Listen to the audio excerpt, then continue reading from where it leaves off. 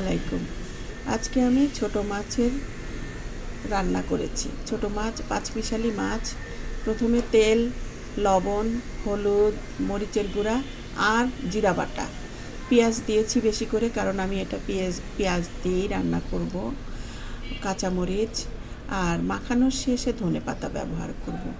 এই মাছটা এতটাই সুস্বাদু, এটার সম্পূর্ণ পুষ্টিগুণ আমার ফুল ভিডিওতে দেওয়া আছে। আমি এই মাছগুলা আমরা খুব ছোট মাছ পছন্দ করি। অনেকেই ছোট মাছ কিনতে চায় না, ঘরে আনতে চায় না, কারণ এটা কাটায় সময় লাগে বেশি। অনেকে ধুতে পারে না, এ যুগের ছেলেমেয়েরা এটা খুব একটা কেটে বেছে নিয়ে করতে পারে না, কিন্তু খেতে চায়। মা চাচিদের হাতে তো খেতে চায়। যারা নতুন সংসার করছে তারা সহজে ছোট মাছ ঘরে আনতে চায় না। লোকজন, কাজের লোক ঠিকঠাক মতো না পেলে ছোট মাছ এনে অসুবিধাই বেশি। আজকাল বাজার থেকেও কেটে আনা যায়, সময় বেশি লাগলেও।